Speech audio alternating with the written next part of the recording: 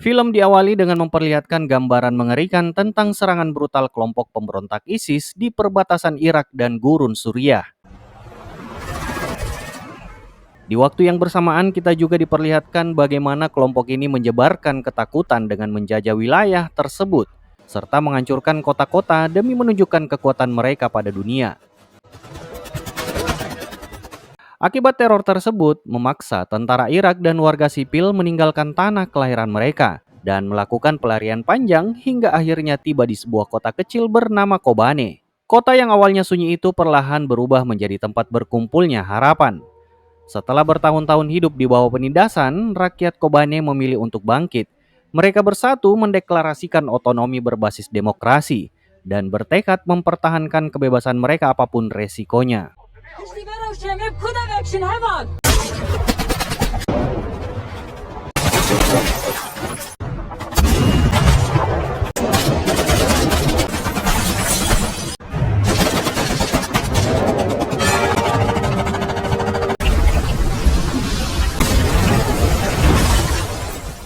Dari tekad itulah lahir pasukan perlawanan yang bernama YPJ atau Yakineyen Parastinajin. Bisa disebut unit perlindungan perempuan, sebuah simbol keberanian rakyat yang menolak tunduk pada kekejaman ISIS. Sedikit kita perkenalkan di balik seluruh upaya pergerakan YPJ. Ada sosok pejuang wanita yang bernama Zehra. Ia adalah pemimpin unit YPJ yang sangat anti terhadap teror ISIS.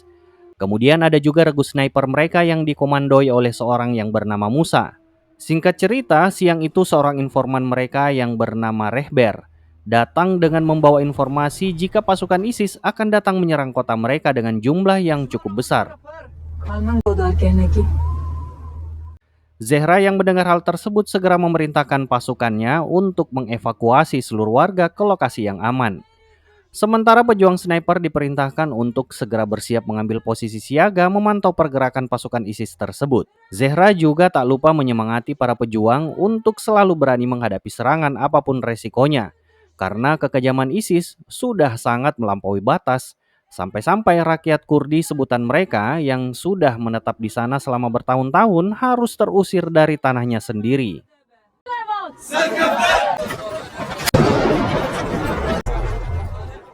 Tak berselang lama di saat pasukan musuh mulai mendekat, para pejuang juga sudah bersiaga pada posisi mereka masing-masing. Dan tanpa ragu sedikit pun pejuang Kobane melakukan perlawanan hingga pertempuran tak dapat terhindarkan.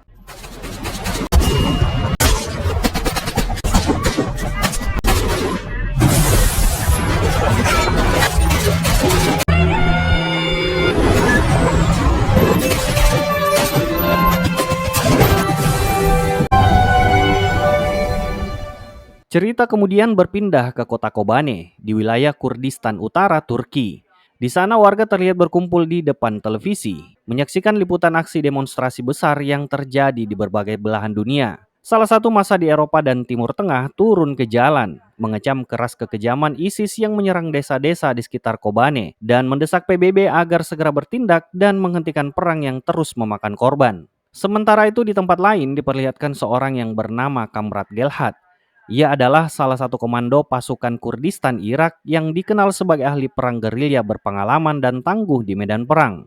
Setelah mendengar rumor Kobani akan diserang oleh ISIS, Gelhat dan pasukannya berencana akan bergabung dengan pasukan YPJ untuk memperkuat pertahanan pasukan Kobani menghadapi ISIS. Beberapa waktu setelah perlawanan, Zehra dan pasukannya akhirnya tiba dengan selamat di markas YPJ di Kobane. Kedatangan mereka juga disambut oleh Abu Laila yang masih sahabat sekaligus rekan seperjuangan Zehra. Di tengah perbincangan, Zehra sedikit memberikan bocoran informasi jika beberapa hari lagi ISIS akan melakukan serangan secara besar-besaran ke Kobane.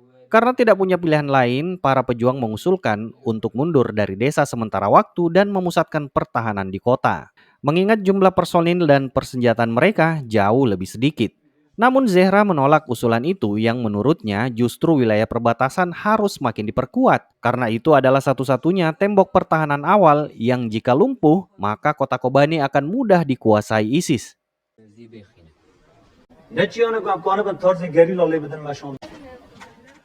Pada waktu yang bersamaan, pasukan ISIS kini berhasil menguasai salah satu wilayah di Kobane. Di sana mereka menghabisi para pria tanpa ampun, sementara para perempuan ditangkap dan akan dijadikan tawanan. Ironisnya, semua tindakan keji itu justru mereka anggap sebagai bagian dari jihad yang sudah sesuai keyakinan mereka. Cerita lalu berpindah ke kawasan perbatasan Kurdistan Utara. Di tempat itu, Gelhat bersama sejumlah warga Irak tampak menyusun langkah untuk bisa mencapai Kobane. Namun hal itu bukan hal yang mudah dikarenakan akses perbatasan dijaga begitu ketat oleh tentara Turki. Sementara itu di sisi perbatasan Kobane, warga dari berbagai daerah berusaha menerobos masuk ke kota untuk ikut bertempur melawan ISIS. Namun para penjaga perbatasan tetap melakukan penutupan wilayah yang seketika membuat para warga kesal dan marah hingga menyebabkan aksi saling dorong antara warga dan petugas di sana.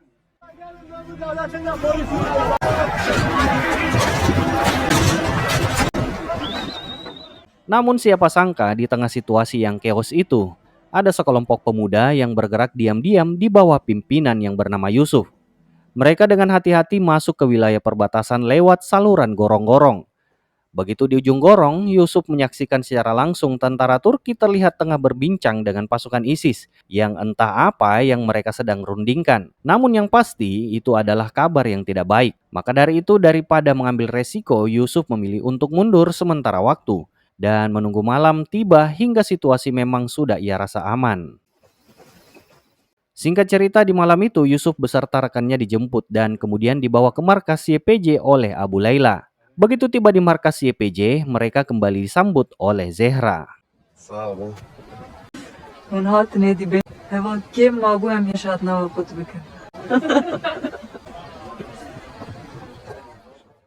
Di keesokan harinya, pasukan ISIS yang sudah semakin mendekat ke Kobane membuat para warga dengan panik segera kabur meninggalkan tempat mereka menuju perbatasan Turki untuk mendapatkan perlindungan. Karena dipastikan kali ini ISIS akan semakin brutal melakukan penyerangan. Begitu para warga Kobane tiba di perbatasan, warga yang sudah panik pun bisa bernafas lega setelah mereka diizinkan masuk ke wilayah Turki setelah pasukan perbatasan mendapatkan perintah langsung dari atasan mereka. Alasan itu tidak lain adalah tentang rasa empati pemerintah Turki kepada sesama manusia, mengingat situasi yang sudah semakin mendesak. Karena jika evakuasi terlambat diputuskan, bisa diperkirakan akan ada ribuan warga sipil yang tewas di sana akibat serangan pasukan ISIS yang dikenal sangat kejam dan tidak punya belas kasih. Bersamaan dengan itu, pasukan ISIS yang tiba di kota langsung melakukan serangan brutal.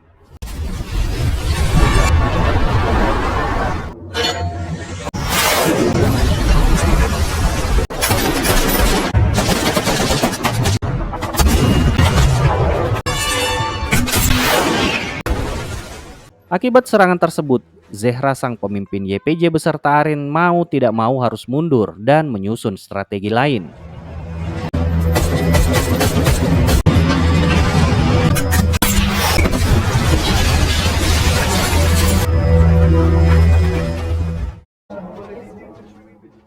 Selanjutnya salah seorang pejuang yang bernama Rojwar yang bertemu dengan Zehra menyarankan agar Zehra bisa memperkuat kembali garis pertahanan dengan pasukannya.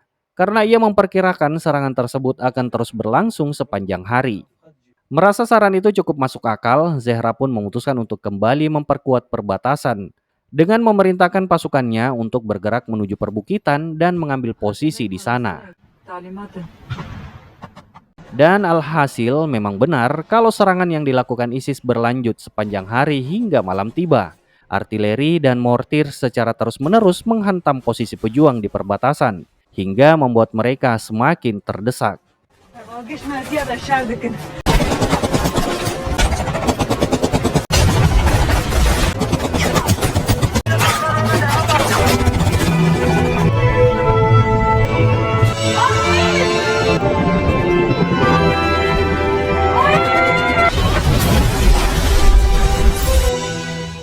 Keesokan harinya pertempuran kembali terjadi, di mana pasukan ISIS datang untuk menekan pergerakan perjuangan Kobane dengan jumlah yang sangat besar. Pasukan Zehra yang sedang diburu musuh akhirnya harus kembali mengangkat senjata sementara tim Musa ditemani Asmin sang sniper andalan juga telah diperintahkan untuk terus memantau di sebuah bangunan dengan posisi yang cukup strategis.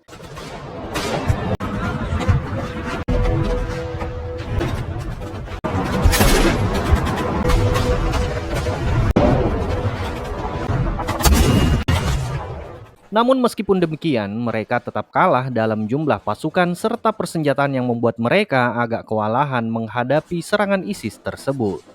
Beruntung ketika keadaan para pejuang semakin terdesak, Gelhad tiba bersama pasukan relawan dari Turki untuk membantu mereka dalam pertempuran. Dengan tambahan kekuatan ini, para pejuang berhasil memukul mundur pasukan musuh.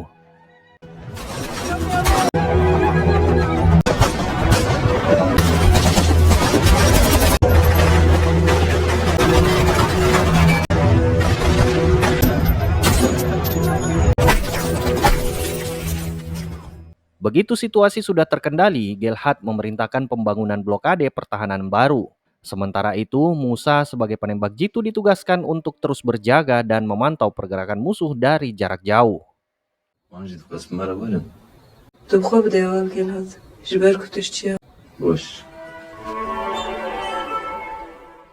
Tak terasa beberapa hari kemudian, hari di mana bertepatan dengan datangnya Idul Fitri. Di saat orang-orang merayakan kemenangan dengan berkumpul bersama keluarga, mengenakan baju terbaik, dan menikmati hidangan khas Lebaran, para pejuang ini justru harus tetap berada di garis depan. Alih-alih merayakan hari suci, mereka memilih bertahan di medan perang, menghadapi pasukan ISIS demi menjaga tanah kelahiran mereka.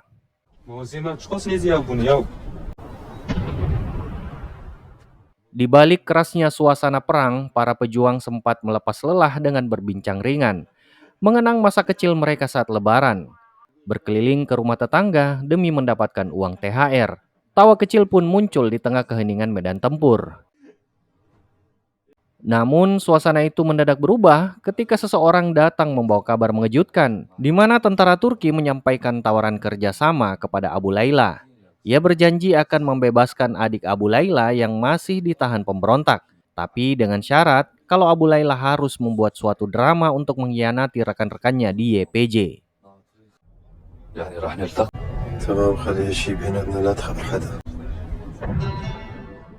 Di tengah perbincangan itu, tiba-tiba suara tembakan terdengar. Tak lama kemudian, Rehber datang sambil membawa tubuh rekannya yang sudah tewas akibat tembakan sniper musuh ketika sedang di perjalanan.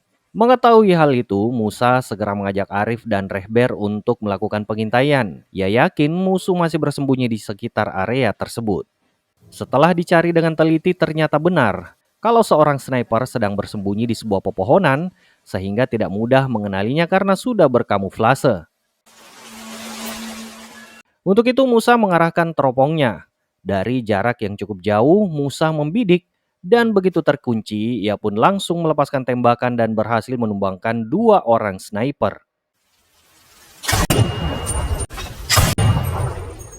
Di keesokan harinya, begitu pejuang akan melucuti senjata pasukan ISIS sebagai bekal amunisi, tiba-tiba mereka diserang oleh seorang sniper musuh yang ternyata masih berada di sebuah lokasi. Ia berhasil membunuh 2 pejuang di sana. Musa yang menyadari serangan tersebut dibantu dengan Asmin. Mereka pun langsung mengambil posisi untuk mencari lokasi sniper musuh itu berada. Pada aksi tersebut, sniper musuh segera memerintahkan rekannya yang lain untuk melakukan serangan. Namun hal itu ternyata telah disadari oleh Musa lebih dulu, hingga situasi berbalik arah. Setelah melihat rekannya tewas, sniper musuh kembali bersembunyi dan menyamarkan posisinya. Sementara itu, Musa melaporkan kepada Zehra bahwa ia berhasil melumpuhkan salah satu sniper ISIS. Namun hal tersebut lantas tidak membuat mereka bersenang dulu, dikarenakan pasukan ISIS juga berhasil menyusup ke tempat persembunyian para pejuang, sehingga mau tidak mau pertarungan kembali terjadi antara mereka.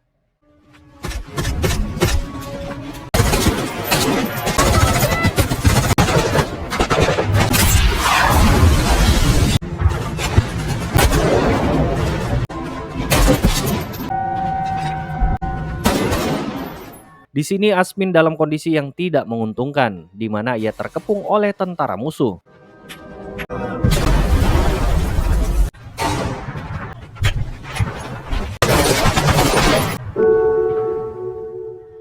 Zehra yang berusaha membantu, namun sayangnya dia datang terlambat. Akhirnya Asmin harus tewas di tangannya sendiri setelah ia mengakhiri hidupnya daripada ia harus menjadi tawanan ISIS. Zehra yang melihat hal itu seketika tak bisa menahan tangisannya karena tak sempat menolong rekannya itu.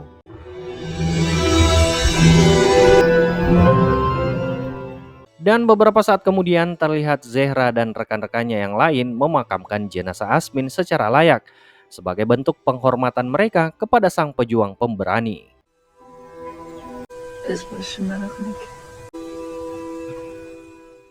Singkat cerita, Zehra mengajak seluruh anggota pasukan untuk berkumpul. Ia menegaskan bahwa pola pertahanan lama sudah tidak lagi mampu menahan serangan musuh yang terus menembus garis pertahanan mereka. Karena itu diperlukan rencana baru yang lebih matang. Masiro, salah satu komandan, mengajukan strategi serangan gerilya dengan menyasar pasukan bantuan ISIS sebelum mereka mencapai Kobane. Saat malam tiba, Masiro bersama unitnya bergerak menjalankan operasi tersebut. Di waktu yang sama, Musa dan tim sniper bersiaga di sekitar area untuk memantau dan mencari keberadaan penembak jitu lawan. Pada waktu yang sama, Abu Layla mengungkapkan kegelisahannya kepada seorang rekannya. Ia mengaku sedang mempertimbangkan tawaran dari tentara Turki yang menjanjikan pembebasan saudaranya yang saat ini dalam tawanan. Namun dengan syarat ia mau bekerja sama mengkhianati YPJ.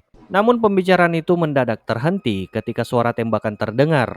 Seorang pejuang yang berjaga di pos keamanan harus tewas setelah terkena tembakan seorang sniper musuh. Musa segera mendatangi lokasi dan mendapat informasi bahwa masih ada penembak jitu musuh yang berhasil selamat. Tanpa ragu, Musa memutuskan untuk memburu sniper tersebut. Namun sebelum bergerak, dua orang pejuang mengajukan tawaran untuk ikut membantu Musa. Si wanita bernama Dera, sementara si pejuang pria bernama Arif. Pagi itu saat mereka beristirahat sejenak, Dera bertanya kepada Arif tentang Musa yang dikenal sangat pendiam. Arif pun lalu menceritakan latar belakang Musa. Ia berasal dari Kurdistan Timur dan tumbuh dalam kehidupan yang keras. Sejak kecil Musa sudah terlibat dalam penyelundupan barang di wilayah perbatasan. Pekerjaan itu penuh risiko karena siapapun yang tertangkap oleh tentara Iran akan langsung dieksekusi. Suatu ketika Musa dan kelompoknya ketahuan saat melintasi perbatasan. Serangan tentara Iran menewaskan seluruh rekannya dan peristiwa tragis itu, Musa menjadi satu-satunya yang berhasil bertahan hidup.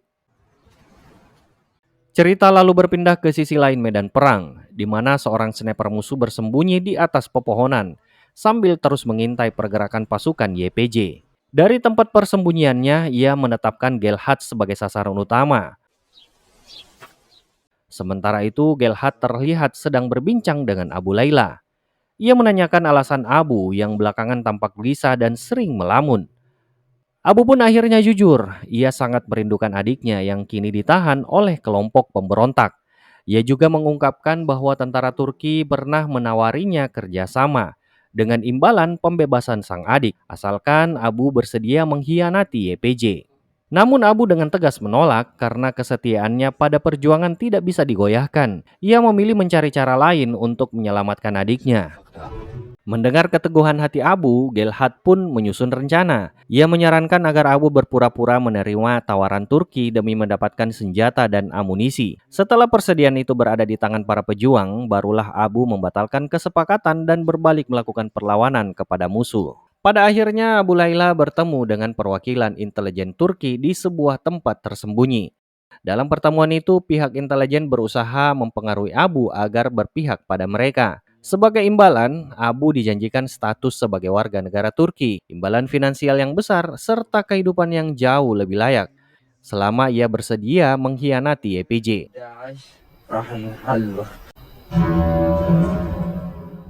Di waktu yang sama, Gelhat mengumpulkan para pejuang di markas untuk menyusun rencana penyerangan ke basis pemberontak. Ia kemudian membagi pasukan ke dalam 3 unit. Tim pertama dipimpin oleh Zehra yang bertugas menyusup dari arah belakang markas musuh dengan memanfaatkan puing-puing bangunan. Tim kedua bergerak melalui deretan rumah warga untuk menekan pertahanan dari bagian depan. Sementara itu, unit terakhir berada di bawah komando Musa sebagai penembak jitu, dengan tugas memberikan perlindungan dan dukungan tembakan bagi seluruh pasukan. Di lokasi lain, pasukan yang dipimpin Masiro juga telah bersiap di atas bukit sambil mengamati konvoi bantuan ISIS yang sedang bergerak. Mereka menunggu hingga sasaran masuk ke titik yang telah ditentukan. Begitu saatnya tiba, pemicu peledak diaktifkan dan ledakan besar pun mengguncang area tersebut.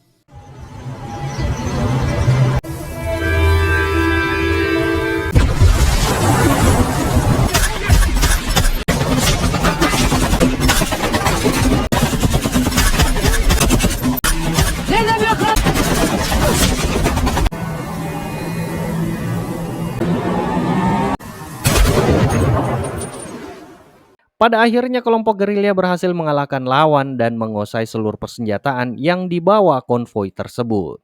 Saat malam tiba, operasi pun dimulai. Gilhad memimpin pasukannya menyusup lewat jalur utama, bergerak senyap dan menetralisir penjagaan secara diam-diam demi membuka jalan ke pusat markas. Di waktu yang bersamaan, Zehra bersama timnya melancarkan serangan dari sisi berlawanan. Sementara Musa dan unit penembak jitu bersiaga dari posisi aman untuk mengamankan jalannya misi. Tanpa mereka sadari, musuh telah berhasil masuk dalam jebakan dan terkepung. Para pejuang juga telah berhasil mengambil alih arus listrik dan mematikannya, lalu melancarkan serangan cepat untuk melumpuhkan mereka.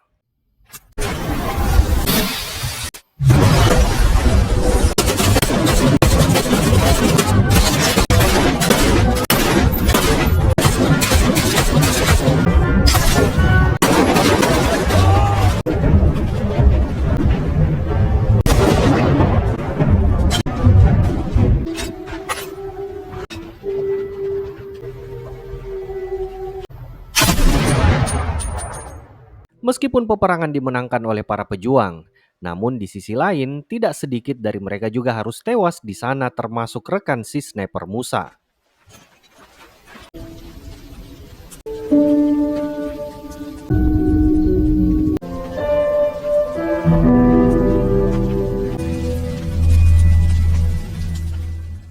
Pada hari berikutnya, kabar buruk itu akhirnya sampai ke telinga pimpinan ISIS, di mana markas mereka di Kobane telah direbut oleh pasukan pejuang. Mendengar hal itu, amarahnya pun meledak. Ia segera menginstruksikan pasukannya untuk mengumpulkan bantuan dari Mambik dan Raka dengan tujuan melancarkan serangan balasan tanpa ampun. Di sisi lain, Gilhad memperoleh sepucuk surat dari Masiro yang berisi kabar bahwa sebuah bukit di wilayah perbatasan yang saat ini dikuasai ISIS akan menjadi target serangan. Masiro meminta Gilhad dan pasukannya segera bersiaga untuk mengepung kekuatan musuh.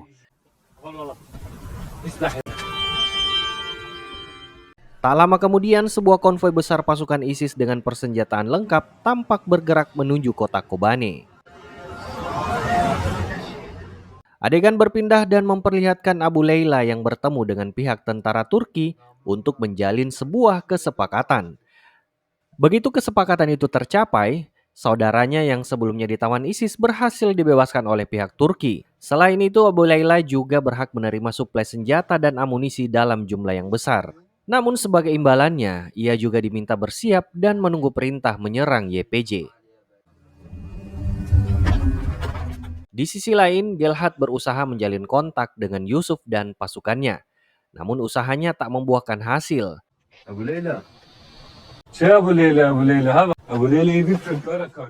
Beberapa saat kemudian, Rehber tiba dengan kabar genting bahwa jaringan komunikasi mereka telah diputus oleh pihak Turki, yang menyebabkan para pejuang tidak bisa berkomunikasi dengan rekan-rekannya.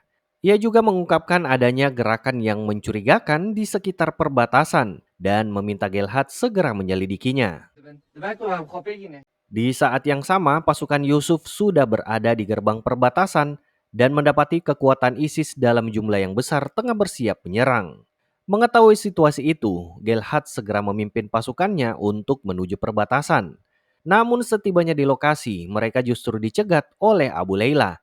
Ia mengaku telah berhasil mempermainkan tentara Turki hingga memperoleh persenjataan dan amunisi melimpah yang kini dikuasainya.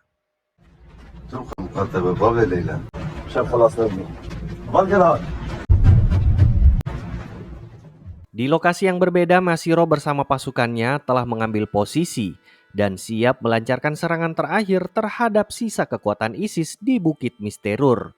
Keberhasilan operasi itu akan memastikan wilayah tersebut sepenuhnya berada dalam kendali mereka.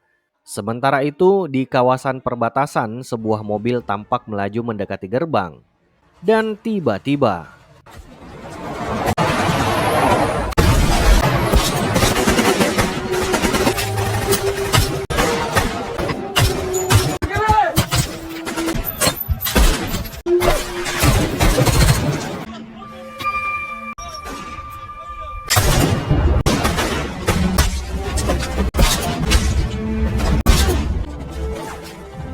Hamza! Hamza!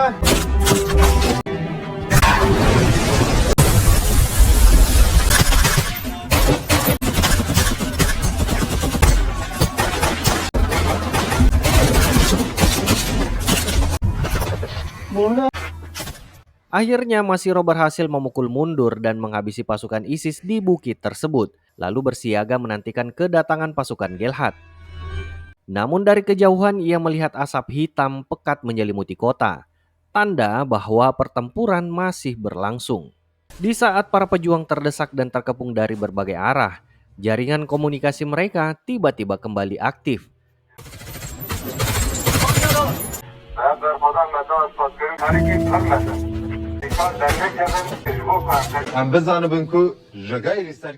Kesempatan itu segera dimanfaatkan Gelhat untuk menyampaikan kata-kata penyemangat kepada seluruh pejuang yang kini berada di garis depan perlawanan. Ia menegaskan bahwa keyakinan yang mereka pegang saat ini adalah sumber kekuatan mereka.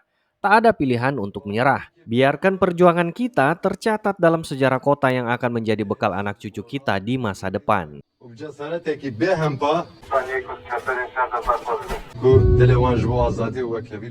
Setelah membakar semangat para pejuang, Gelhat dan yang lainnya pun melakukan serangan balasan. Meskipun jumlah pasukan dan ketersediaan senjata mereka tidak sebanding dengan musuh. Di tengah gempuran serangan tersebut, Gelhat dan Rehber justru harus tewas setelah terkena tembakan sniper musuh yang tersisa.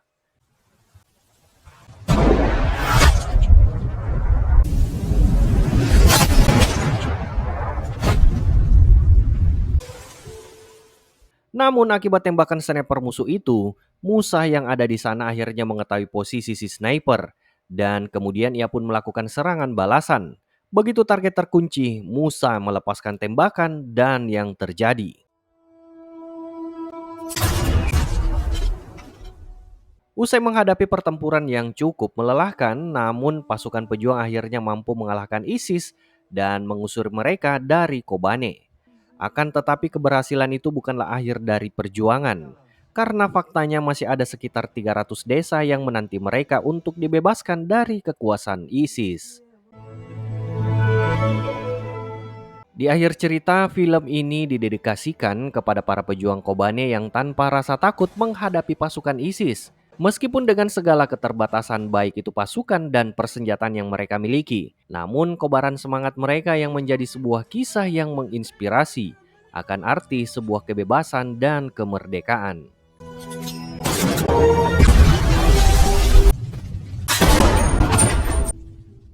Dan dengan begitu, film pun selesai. Terima kasih sudah menonton, semoga kalian terhibur. Sampai jumpa di alur film seru lainnya, and bye-bye.